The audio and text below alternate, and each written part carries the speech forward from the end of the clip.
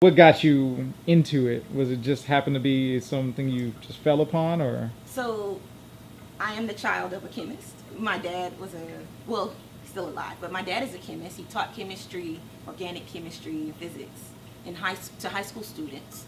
And so, he always did science fair projects with us. And so that left me interested in science and math from jump. Always, always. And so I went to college at Tennessee State University, and I wanted to be an OBGYN until I took genetics with Dr. Elbert Lewis Miles, who's still there. And after I took his course my sophomore year, I was like, no, I want to go to graduate school. I want to get a PhD in genetics.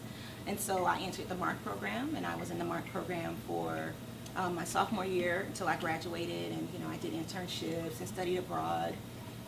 And I knew the research that I did when I was in undergrad was on molecular dyneins. And they're these motor proteins that function in the movement of things, whatever things, lots of things throughout the cell. And so dyneins and molecular dyneins and their movement and their motion is important in chromosome segregation and the establishment of the mitotic spindle, etc. And so that got me interested in human diseases. And so I knew that when I went to graduate school that I wanted to study a human disease. And so I wanted to stay in the Southeast because I liked the weather and I wanted to be in a metropolitan city. So I applied to Chapel Hill, University of North Carolina, Chapel Hill, Emory here in Atlanta, and University of Alabama, Birmingham.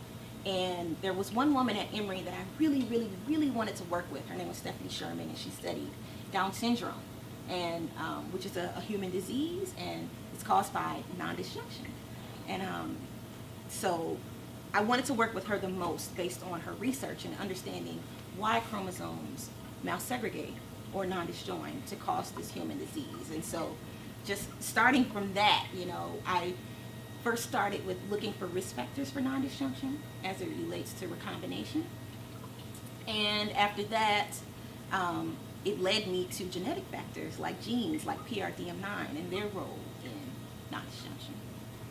So anything related to non-disjunction. Particularly, I wanted to move from associations, things that are associated with non-disjunction, to causation, what actually causes non-disjunction. And so this is the first gene that I've been able to look at, which having a mutation in it could actually predispose to chromosome non-disjunction. And so that's pretty cool. To me, it's pretty cool. I like it. So You're essentially kind of on the quest to figure out what causes non-disjunction. yeah.